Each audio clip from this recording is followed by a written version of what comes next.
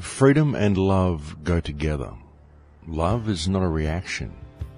If I love you because you love me, that is mere trade, a thing to be bought in the market. It is not love. To love is not to ask anything in return, not even to feel that you are giving something. And it is only love that can know freedom.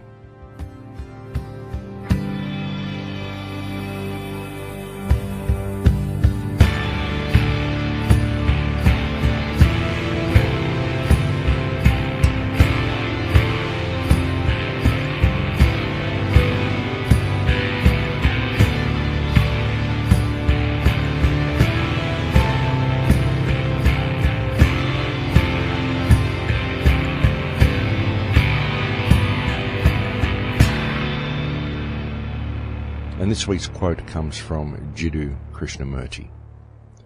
Welcome to Surviving the Matrix. Ladies and gentlemen, my name is Maxwell Igan. It's a pleasure to be with you once again, and I'll be your host for the next hour. And it's nice to be back, folks. I've been away for a little over a month working on the new film and away speaking at the Freedom Summits around Australia, which has been quite an interesting experience. It was good to go out and meet a lot of people and to go out and get the message across to people in a personal and face-to-face manner. And thanks to all the people who attended as well. It was really nice to catch up with you all, and it was very nice to make some of the connections that I made along the way. And what a month it's been as well, folks. Every time I have a month off, the world seems to deteriorate while I'm gone. I don't know what it is.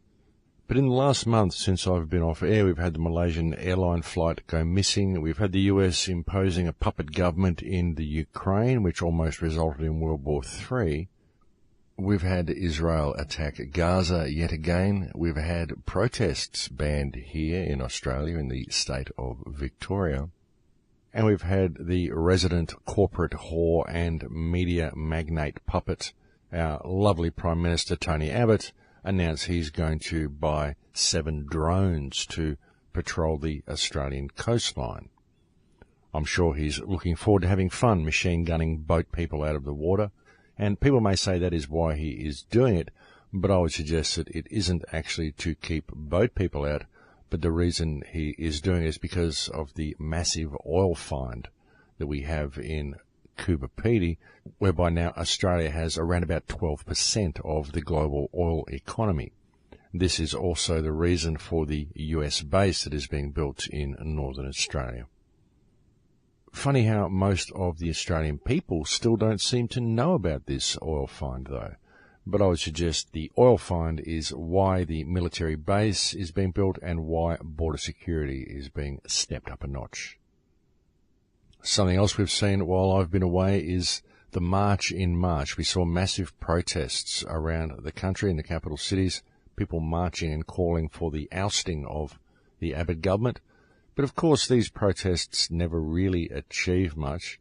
They do give people the confidence of knowing that they stand in solidarity with others, of course, but they really don't seem to achieve much when addressing the political situation, because people don't really seem to understand that protesting doesn't really do much. You don't need to protest. What you need to do is contest the authority of these people. And were the population to do so in the correct manner, I think they would find that the government actually has no authority. And it certainly doesn't have the authority to be doing the things it is currently doing. Only we don't ever seem to go down the path of questioning these people's authority or questioning the validity of the legislation they're putting in place and daring to call law. What we do is we go on the streets and we protest about what they've done. And really, it doesn't achieve anything when we do this, folks. It doesn't get us anywhere. All it does is end up in another confrontational situation, which the media usually plays as being street violence and as a call for more police. So very often by having massive protests, all we're doing is simply building a stronger control grid around us, and we're not actually getting to the root of the problem at all, which is the very questionable authority that our politicians somehow believe they have, when such is not the case. The only reason they have the authority, folks, is, as I said, because we believe they do, so we don't question it. We just protest what they've done to us, rather than stepping back and seeing what they have attempted to do is simply superimpose more fiction over our reality. But we don't see it as fiction. We see it as something real, and so we protest it, rather than questioning why they believe they have the authority to do this. You see, if it's fiction, why are you protesting against it, folks? Why aren't you questioning the validity of the fiction in the first place? Because by protesting it, you actually give the fiction the power to control you in the physical world. If it wasn't controlling you, you wouldn't be protesting against it. I know this is a kind of a weird head trip for people to think about things this way, but that's really the way it works. If you protest something, you've given it the power to control you. Don't protest it. Contest it. You see, what they're attempting to impose upon you isn't real, folks. It's fiction. It's a con. So give it the con test. Contest its validity by asking the right people the right questions and getting the community to stand with you and ask these questions with you. Of course, you can only do this if you have the respect of your neighbours, which you're only going to get if you have been respectful to them, which is why I've done so much work and I've done so many shows where I've spoken about the power of building community around you and the power of respect and what this power could actually achieve if applied to our current political situation. Because if you've got a respectful community that's willing to respect each other enough to know when right is right and wrong is wrong and stand together and question the authority of the trustees that you yourself put in place to manage your infrastructure for you, then things could change very quickly. And that's really the way people need to look at things, folks. The people in power, these politicians, are just probably trustees that we put there to act on our behalf.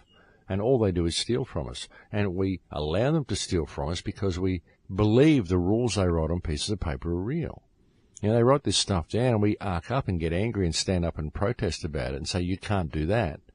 But if we were to stand up and say, excuse me, where do you get the power to inflict yourself upon me in that manner, and address it from a perspective of trust, then the whole facade breaks down. The thing is that it's all fiction, ladies and gentlemen. That's the problem, and we always attempt to use the fiction in order to find a way through the fiction, but we don't have to do so.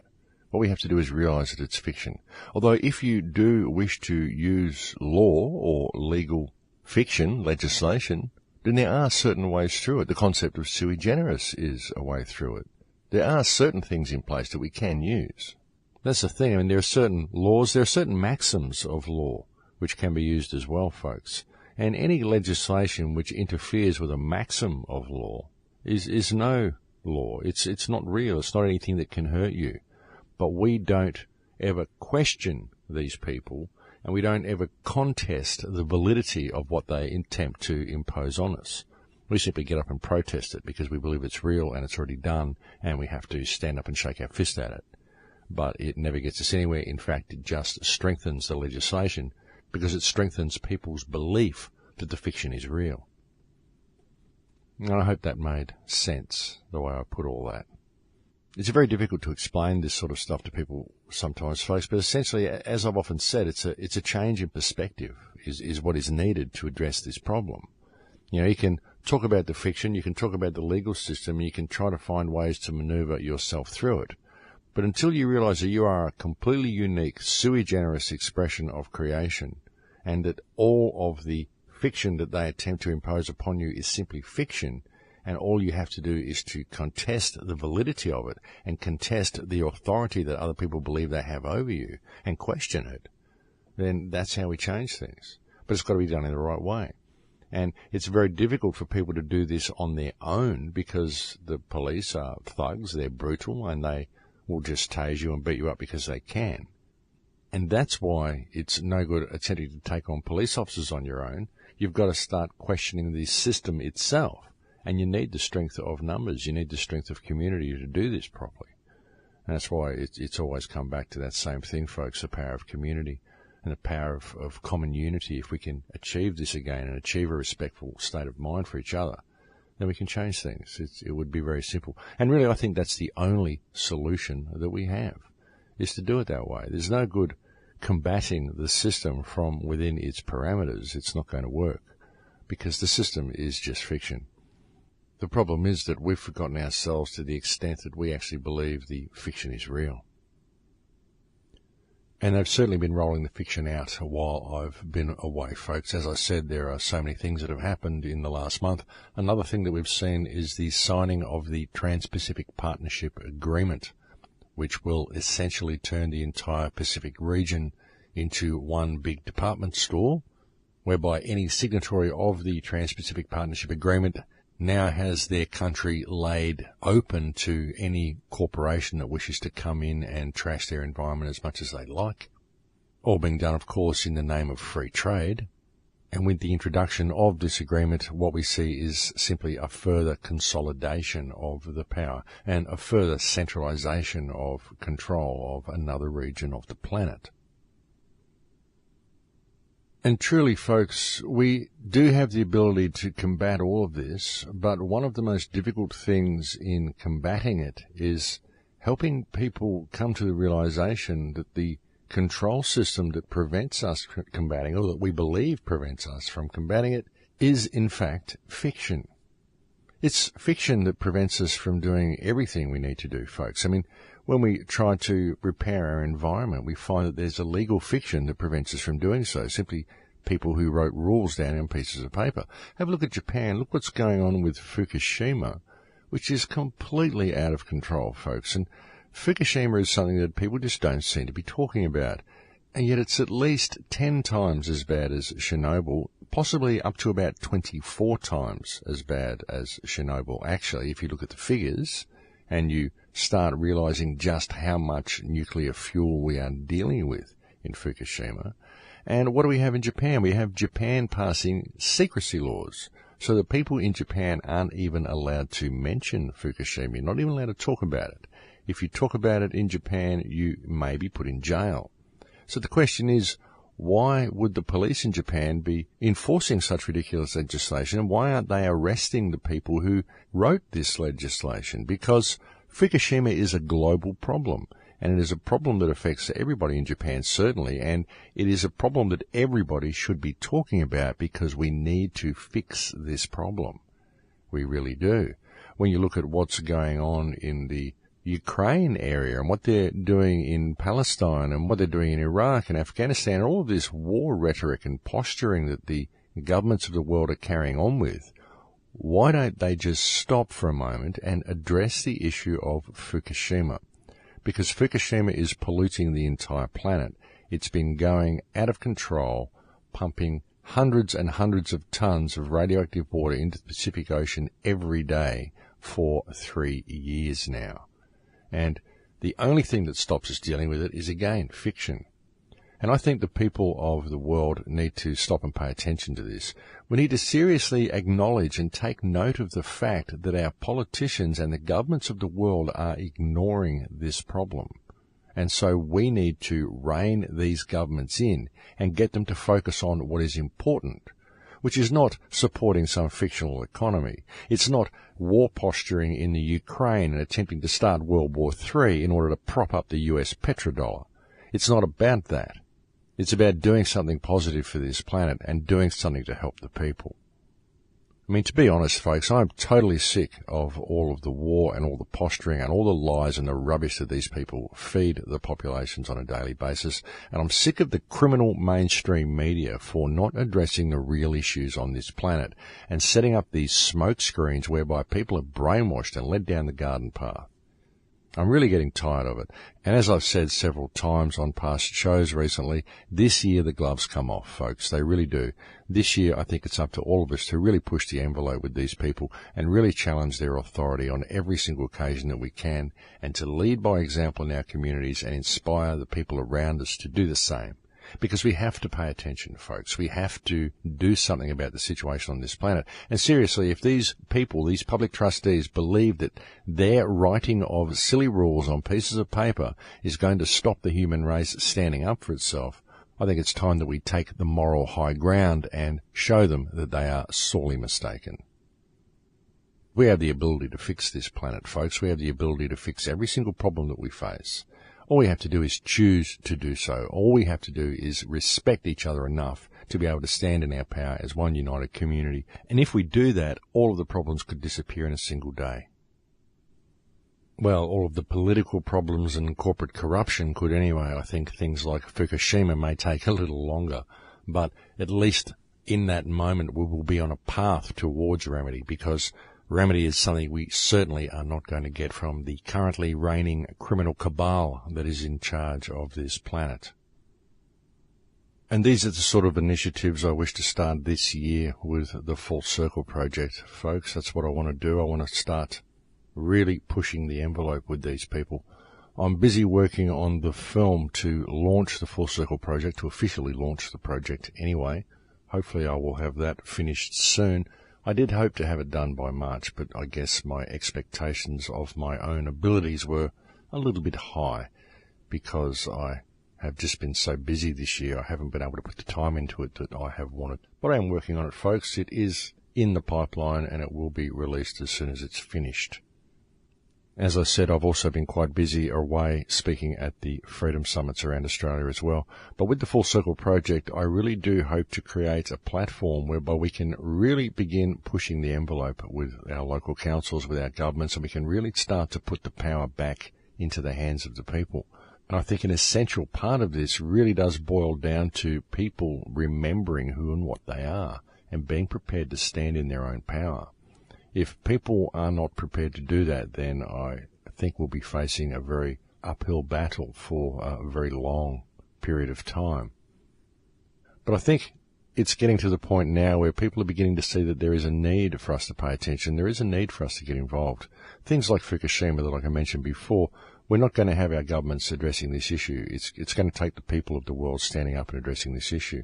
And seriously, if we don't, then our inaction is going to bring about the destruction of life on this planet, because Fukushima is a potential extinction level event. And I think there are things we could do to address the problem. Well, at least we could put our minds to it anyway. I mean, we're not going to come up with a solution while we're sitting back waiting for our governments to pay attention to the issue. And they're not doing so, and they're not going to do so. And they're going to keep the people of their countries distracted with wars and internal strife and internal legislation and the control grid and everything that they're doing to keep you distracted, the economic model that they subject people to, the system of financial slavery that people are forced to endure, all of these things are huge distractions to what is really going on this planet. And I think it's important that we pay attention. And that's what I hope to do this year, folks. That's what I want to do with the Full Circle project. Get people to snap out of their dreams and start participating in the world in which we live. Because if we don't do so, I think we're going to lose this world, folks. And if we don't lose the world, well, we're going to certainly lose the freedom of mankind within this world. The centralization of power that's happening really is horrendous, and it's very obvious to those who choose to look and see. But unfortunately, as I said, most people are simply too distracted to ever find the time to do so.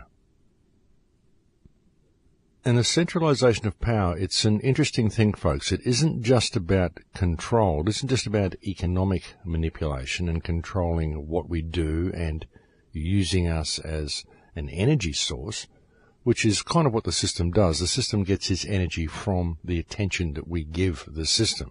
So we are the energy source for the system. But it isn't just about that. It isn't just about harvesting our energies. It's also very much about controlling the direction that mankind takes, almost controlling the next evolutionary step, if you will, whether you believe in evolution or not. I mean, evolution is a reality. Perhaps Darwinian evolution is not a reality, but evolution, when looked at as simply being a natural progression from one step to the next, is a reality. Even when you look at things such as Hegelian dialectic, thesis, antithesis, synthesis, this is in itself a form of evolution. An evolution in the way of thinking. When you change your perspective, this is evolution. It's just that the word evolution has been to a large extent hijacked by Darwinists who always tend to apply a Darwinian version of reality when using the word evolution. And very often creationists and religious people will always only view the word evolution as relating to Darwinian evolution, when in reality things do evolve. A certain form of playing sports may evolve. The manufacture of motor cars has certainly evolved since its inception, so evolution does function on all levels. It isn't something that refers solely to the progression of the human genome. And what we see on the Earth today is a concerted effort to control the evolution of human thinking and to control the progression and evolution of the human species. The genetics that we're seeing introduced into our environment via genetically modified food and vaccination programs, not to mention what is happening with geoengineering and the nanotechnology that is being introduced to our environment. All of these things are affecting the way not only human beings, but everything is interacting with each other these days. It's affecting the way the reality on this planet itself progresses. When you think about someone working to control the evolution of human thinking, it's an interesting concept because what we're talking about here is not training people to think about things in a different way, although that is certainly part of the process. But more importantly, what they are essentially doing is training people not to think at all and devolving human intelligence. And this has been an ongoing process for quite a while, actually. It started around about 120 or 130 years ago when they removed the 7 liberal arts from the education system. They stopped teaching people trivium and quadrivium. And so people aren't really able to think too clearly because people think in language, and if they don't understand the language, then of course their thinking is not clear. And if one does not understand trivium and quadrivium, then one is simply not able to effectively understand the language that they're speaking. Plus, when you look at things such as fluoride, which has been introduced into our water system, which also affects people's thinking, it's easy to see how this has been done, and it becomes quite insidious when one steps back and looks at the whole plan. And for anybody out there who doesn't believe that fluoride is a dangerous neurotoxin, there has been a recent report published in The Lancet, which is the world's most prestigious and most peer-reviewed and most respected medical journal.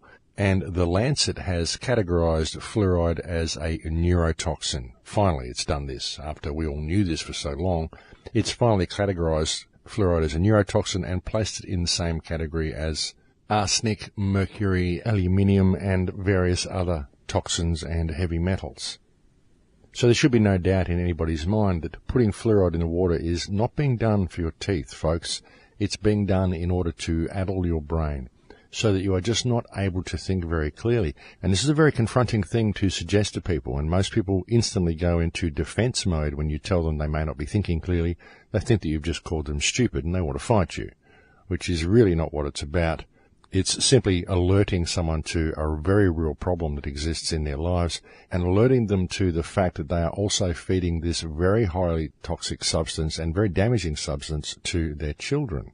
And not only are they feeding it to their children through water and what they're drinking, but they're also bathing in it and they're absorbing massive amounts of fluoride through the body's largest organ, i.e. the skin. That's the thing, folks. You can not drink fluoridated water and it's all very good, but if you're bathing in fluoridated water, it's much the same as drinking it. Most especially when you are having a hot shower and the pores are open and it's absorbing it all very, very effectively through the skin.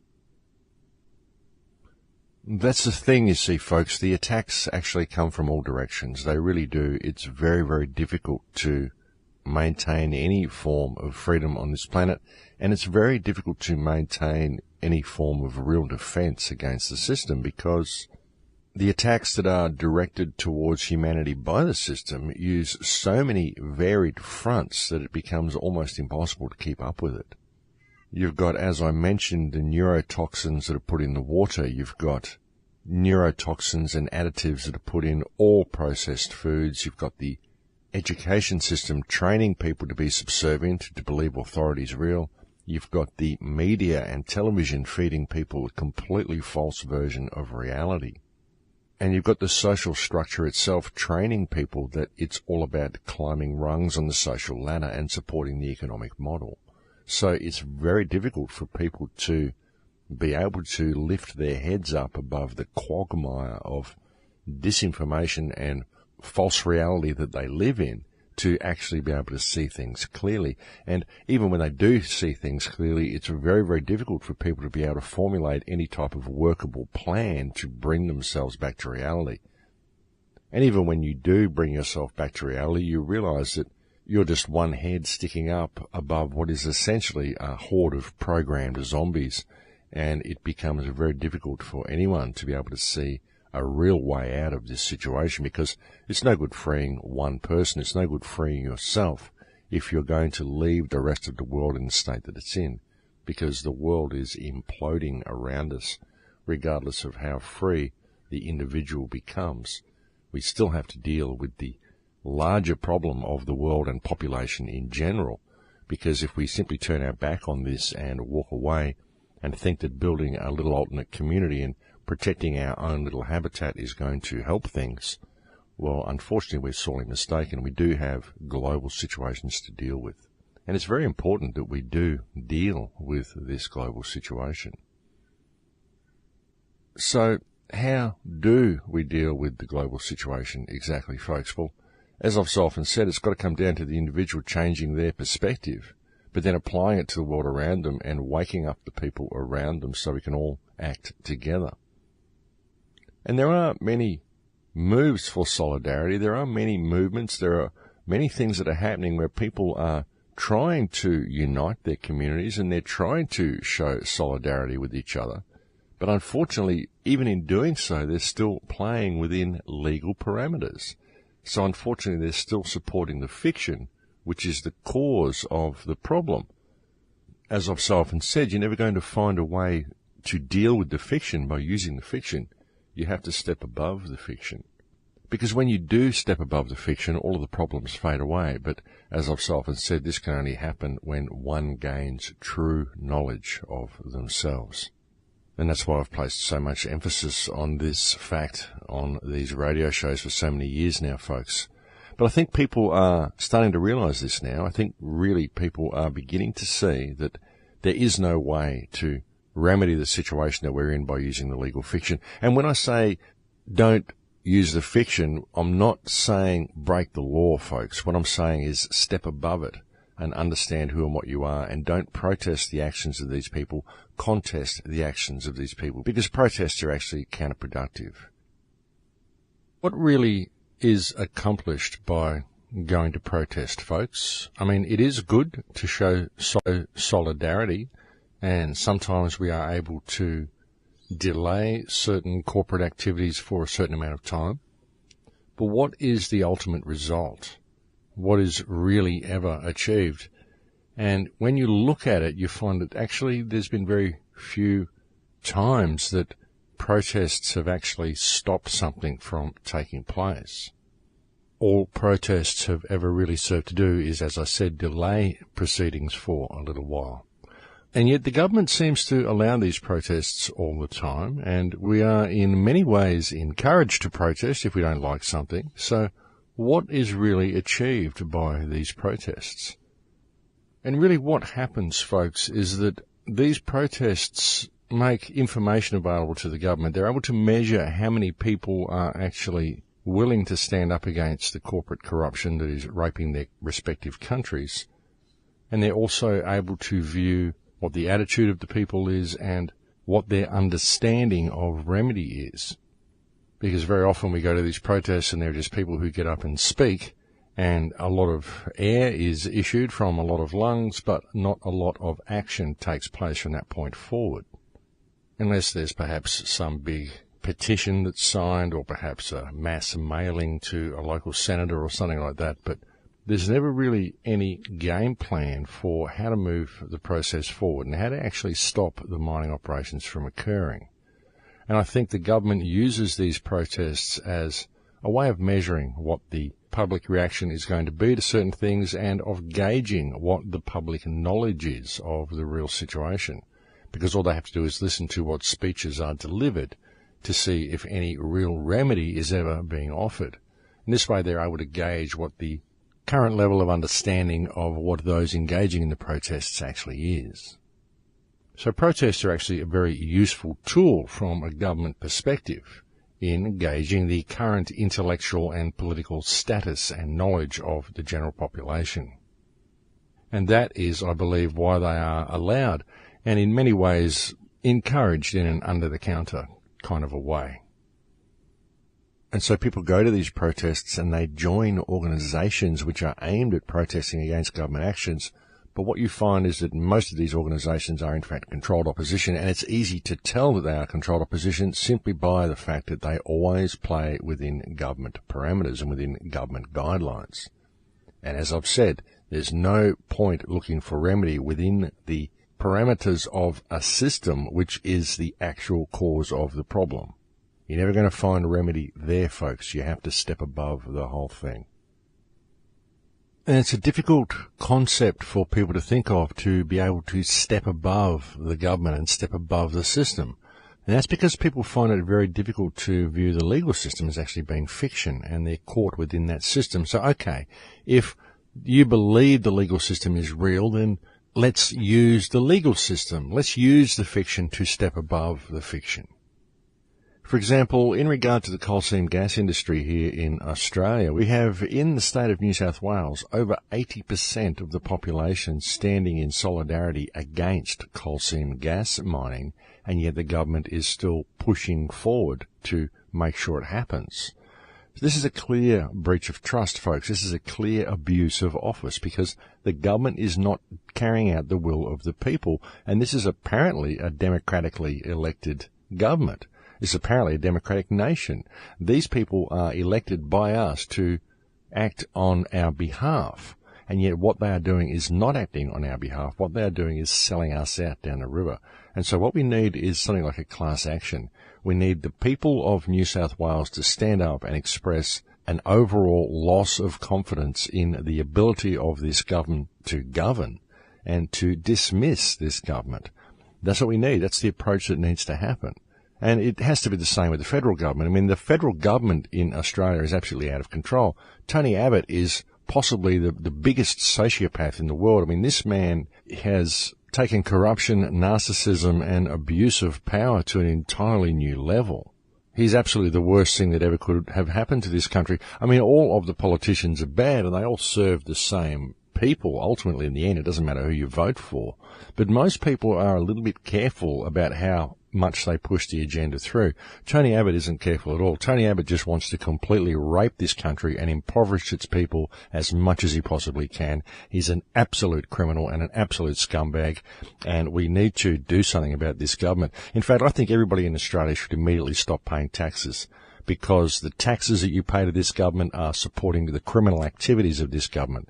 They're supporting the warmongering, they're supporting the theft from the population, they're supporting the coal seam gas industry, the destruction and pollution of Australia's aquifers and underground water systems, the mining industry, the destruction of the Great Barrier Reef, the destruction of the forests in the Franklin Gorge in Tasmania.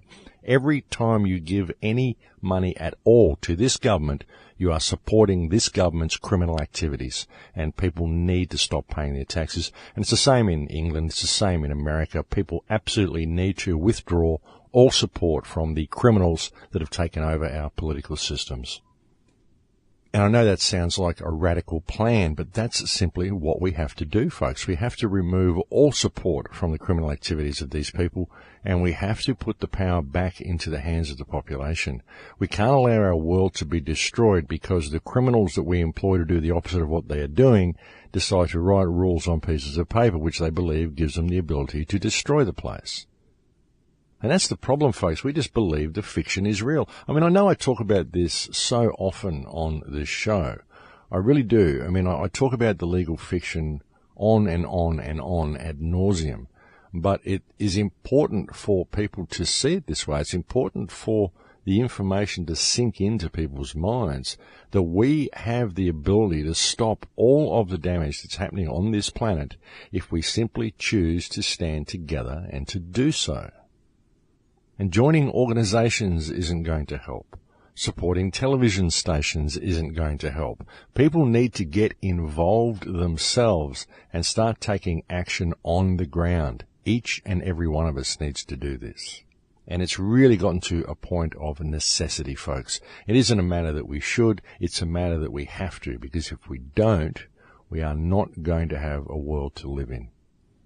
The matter simply has to be taken in hand, and obviously the governments are not going to do it, so therefore the situation comes down to the hands of the people, and it is important that people get involved. You know, we need you to, folks. Your families need you to. Your children need you to. The world needs you to get involved. And the responsibility to do this falls on the shoulders of each and every one of us. We can make a difference, folks. That's what we're here to do. All we have to do is choose to be involved.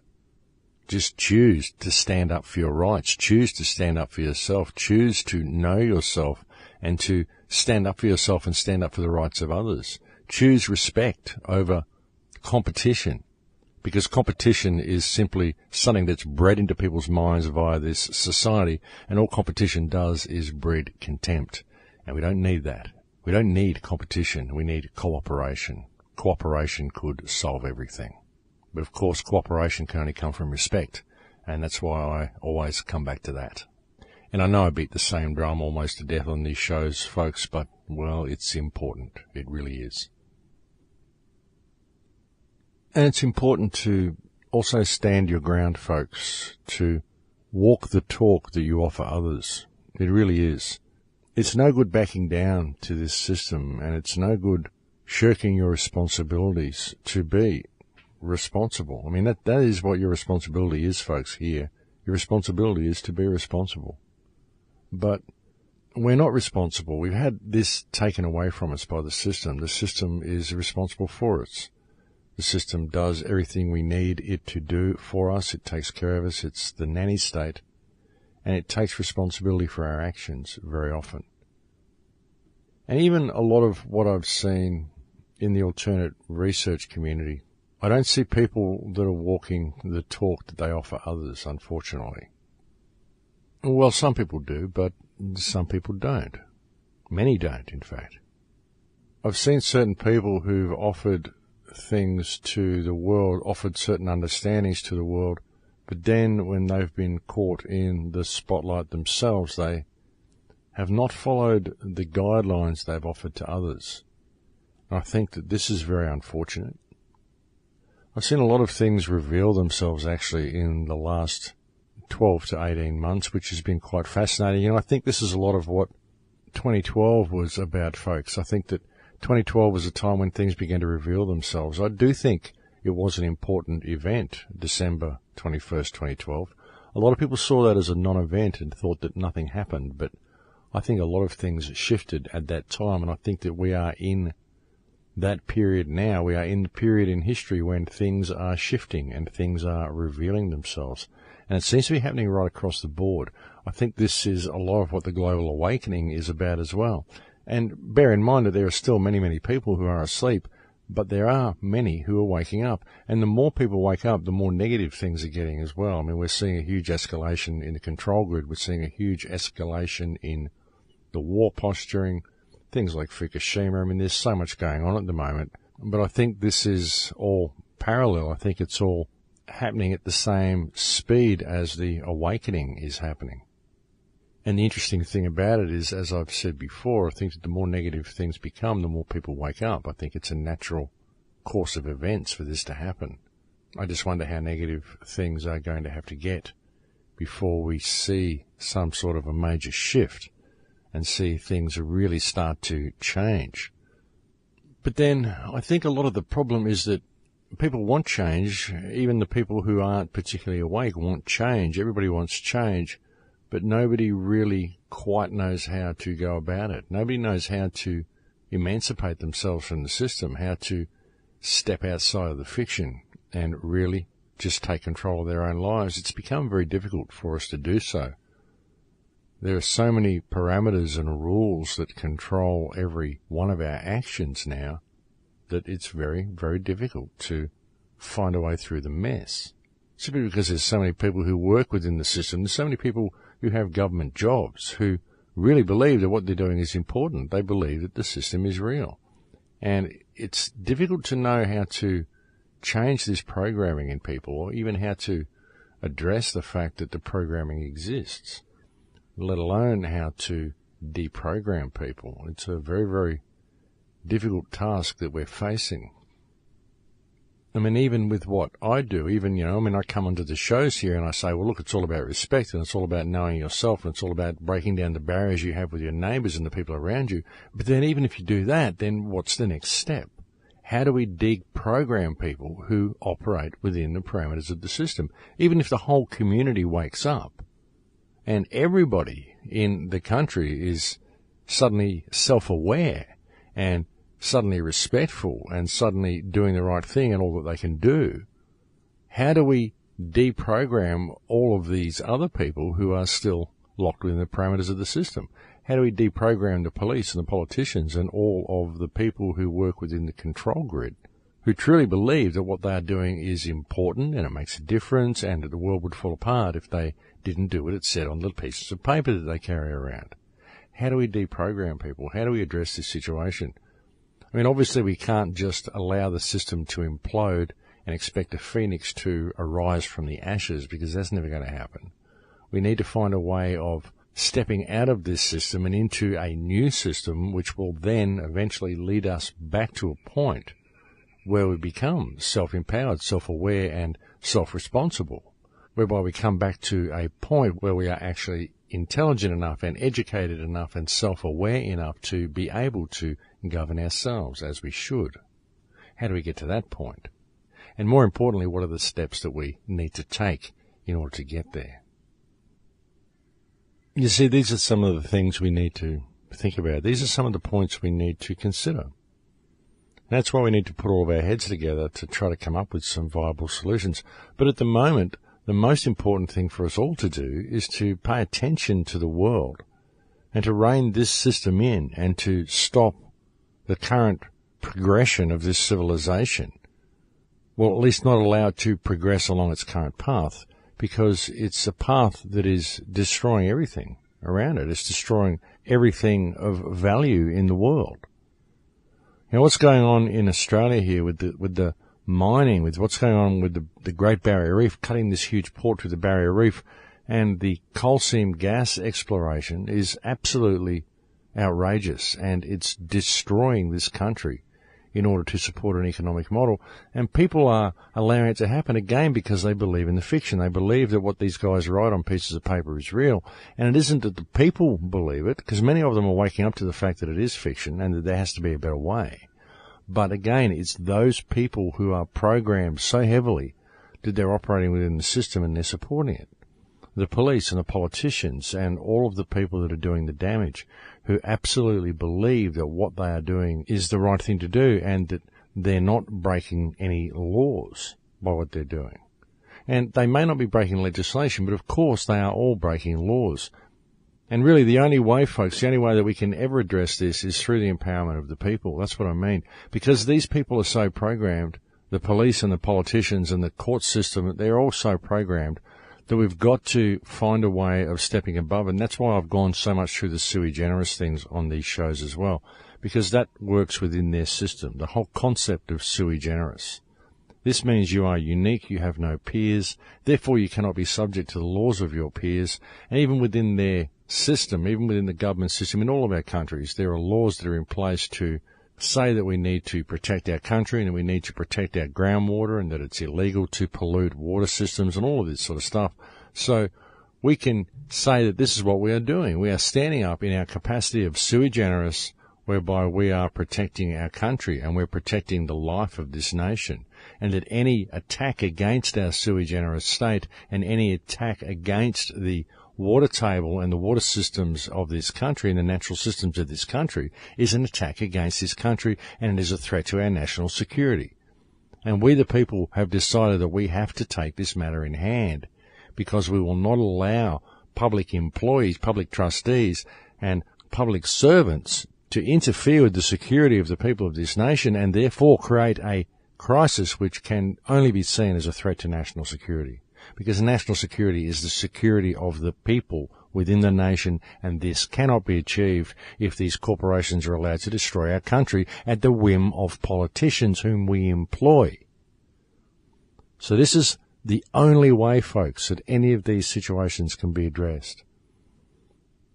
And that's why I've gone through so calmly on these shows for so long now, to try to help people feel empowered in the knowledge of themselves, and empowered enough in that knowledge to be willing to put down the barriers that they have with the people around them and to stand together as one united community and address this situation.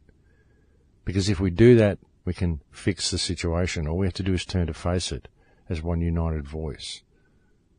And after watching the steps that people have taken to attempt to combat this system and protest against this system and prevent the government from doing anything it's doing, and having seen the failures, the massive failures on all fronts that people have had with this, it's become more and more apparent to me that what I've been saying is absolutely correct. We have to stand together and step above the system, look on the whole thing from a perspective of trust, realize that we are all sui generis, we are all unique, and we all have the ability to change things. We don't have to go along with fiction that's written on pieces of paper by people that we employ to act on our behalf. It's really that simple, folks. And all we need to do it is the strength of numbers. That strength of numbers that can only be achieved when we achieve a state of respect for each other. Because when we achieve that state, then everything will change by default. It really will. And I truly believe this, folks. I really, really do. That's why I've gone through this so many times on the show. Because we're heading for a crisis. We really are. We're at tipping point at the moment. And it's so important that people act.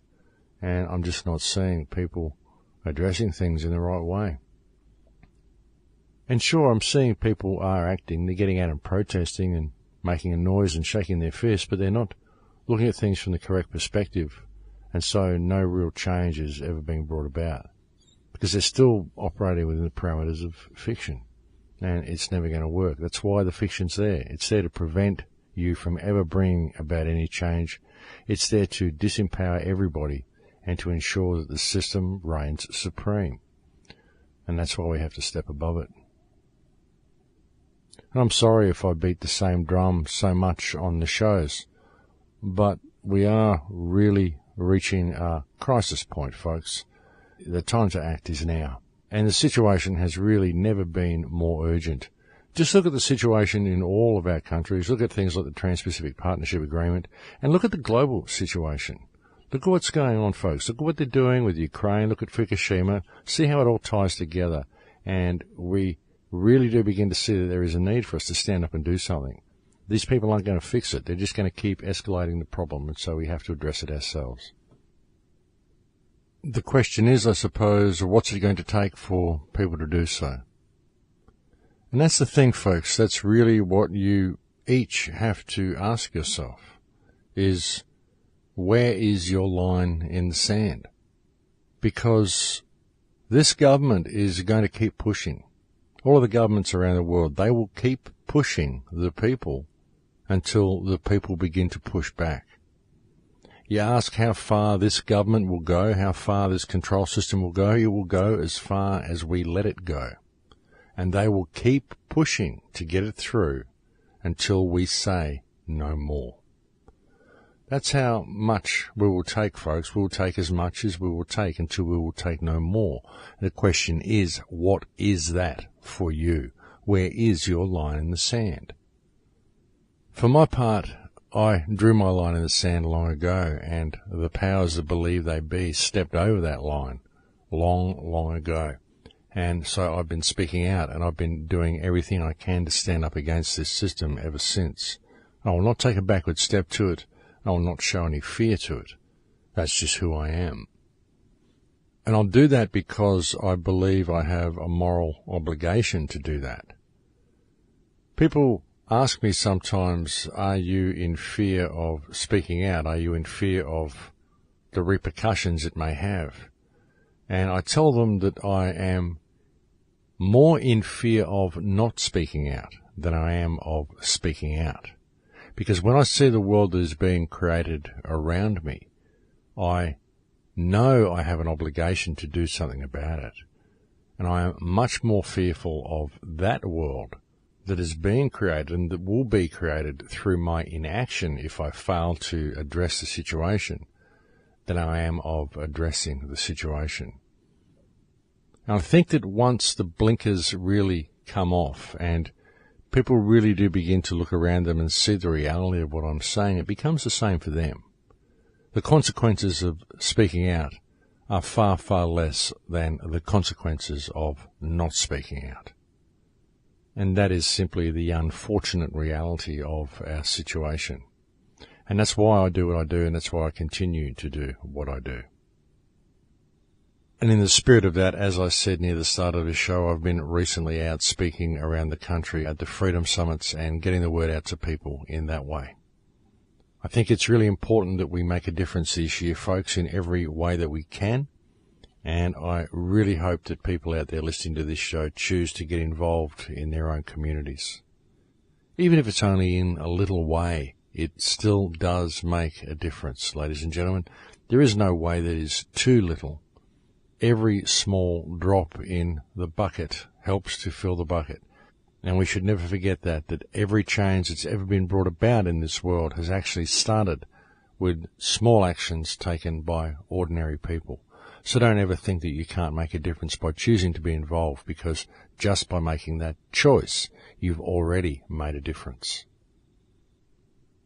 I mean, even with what I do, folks, I don't do much, really, when you think about it. I am just one small voice. I'm only one person. I can only do what one person can do.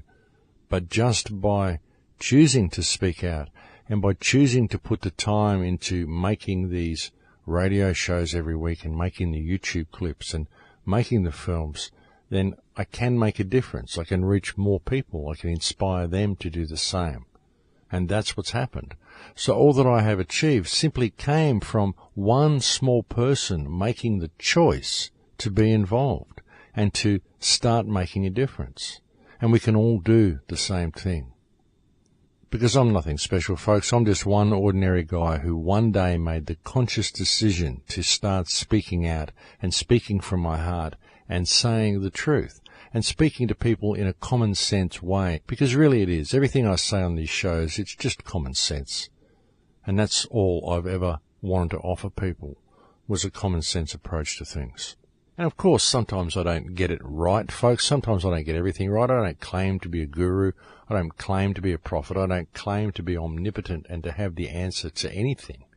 The only thing that I am an authority on is myself, and that's the way it is for everybody. But just by choosing to speak out, I have made a difference, and we can all do the same thing. All you have to do is choose to be involved. But I think we're just about at the end of this show here, folks, so I'm going to have to pretty well leave it here for now. Thank you to anybody who's helped with the website ever. Contributions have been very, very few and far between lately, folks. It's been very difficult to get by, and if anybody can help, it would be great. There's also an Indiegogo campaign that a friend has started in an attempt to keep this show on the air, because I really am truly running out of funding, folks. And you'll find a link to the Indiegogo campaign on my website, thecrowhouse.com. You'll also find a link to a PayPal address that you can use if you can make a contribution through PayPal.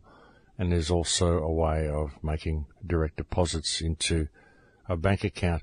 I'm doing everything I can to try to make it easy for people to contribute, but the powers that be seem to try to curb every way I have of collecting funding. I've had 4 PayPal accounts closed down now.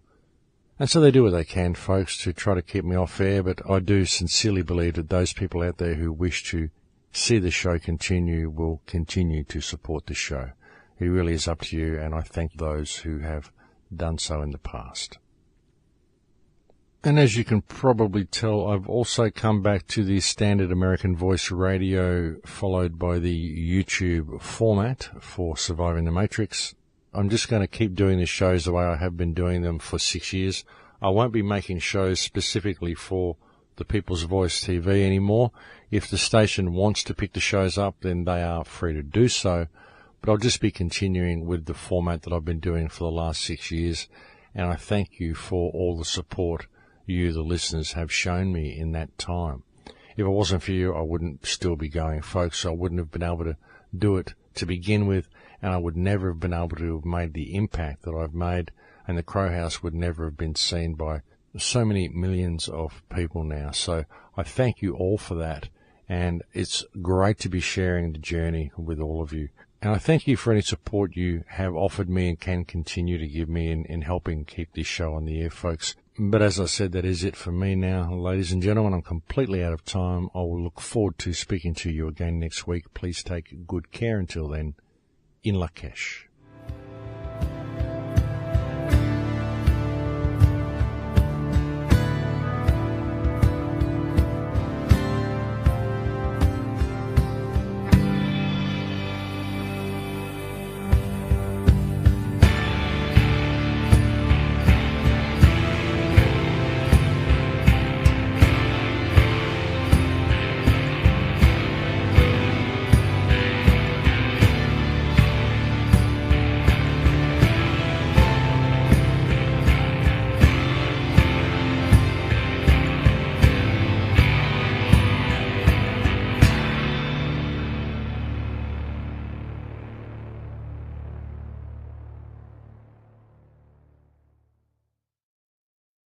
We just protest what they've done to us, rather than stepping back and seeing what they have attempted to do is simply superimpose more fiction over our reality. But we don't see it as fiction, we see it as something real, and so we protest it, rather than questioning why they believe they have the authority to do this. You see, if it's fiction, why are you protesting against it, folks? Why aren't you questioning the validity of the fiction in the first place? Because by protesting it, you actually give the fiction the power to control you in the physical world. If it wasn't controlling you, you wouldn't be protesting against it. I know this is a kind of a weird head trip for people to think about things this way, but that's really the way it works. If you protest something, you've given it the power to control you. Don't protest it. Contest it. You see, what they're attempting to impose upon you isn't real, folks. It's fiction. It's a con. So give it the con test. Contest its validity by asking the right people the right questions and getting the community to stand with you and ask these questions with you. Of course, you can only do this if you have the respect of your neighbours. And it's nice to be back, folks. I've been away for a little over a month working on the new film and away speaking at the Freedom Summits around Australia, which has been quite an interesting experience. It was good to go out and meet a lot of people and to go out and get the message across to people in a personal and face-to-face manner. And thanks to all the people who attended as well. It was really nice to catch up with you all, and it was very nice to make some of the connections that I made along the way. And what a month it's been as well, folks. Every time I have a month off, the world seems to deteriorate while I'm gone. I don't know what it is. But in the last month since I've been off air, we've had the Malaysian airline flight go missing. We've had the US imposing a puppet government in the Ukraine, which almost resulted in World War III. We've had Israel attack Gaza yet again. We've had protests banned here in Australia in the state of Victoria. And we've had the resident corporate whore and media magnate puppet, our lovely Prime Minister Tony Abbott, announce he's going to buy 7 drones to patrol the Australian coastline. Freedom and love go together. Love is not a reaction. If I love you because you love me, that is mere trade, a thing to be bought in the market. It is not love. To love is not to ask anything in return, not even to feel that you are giving something. And it is only love that can know freedom.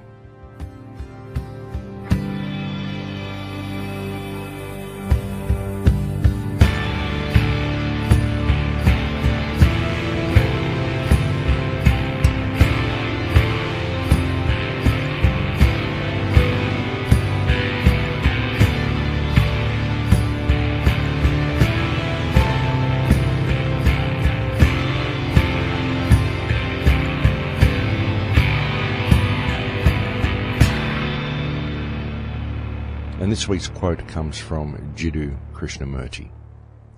Welcome to Surviving the Matrix, ladies and gentlemen. My name is Maxwell Igan. It's a pleasure to be with you once again, and I'll be your host for the next hour. People don't really seem to understand that protesting doesn't really do much. You don't need to protest. What you need to do is contest the authority of these people. And were the population to do so in the correct manner, I think they would find that the government actually has no authority. and it certainly doesn't have the authority to be doing the things it is currently doing. Only we don't ever seem to go down the path of questioning these people's authority or questioning the validity of the legislation they're putting in place and daring to call law. What we do is we go on the streets and we protest about what they've done. And really, it doesn't achieve anything when we do this, folks. It doesn't get us anywhere. All it does is end up in another confrontational situation, which the media usually plays as being street violence and as a call for more police. So very often by having massive protests, all we're doing is simply building a stronger control grid around us, and we're not actually getting to the root of the problem at all, which is the very questionable authority that our politicians somehow believe they have, when such is not the case. The only reason they have the authority, folks, is, as I said, because we believe they do, so we don't question it. I'm sure he's looking forward to having fun machine gunning boat people out of the water, and people may say that is why he is doing it, but I would suggest that it isn't actually to keep boat people out, but the reason he is doing it is because of the massive oil find that we have in Coober Pedy, whereby now Australia has around about 12% of the global oil economy. This is also the reason for the US base that is being built in northern Australia. Funny how most of the Australian people still don't seem to know about this oil find, though. But I would suggest the oil find is why the military base is being built and why border security is being stepped up a notch. Something else we've seen while I've been away is the march in March. We saw massive protests around the country in the capital cities, people marching and calling for the ousting of the Abbott government. But of course these protests never really achieve much. They do give people the confidence of knowing that they stand in solidarity with others, of course, but they really don't seem to achieve much when addressing the political situation, because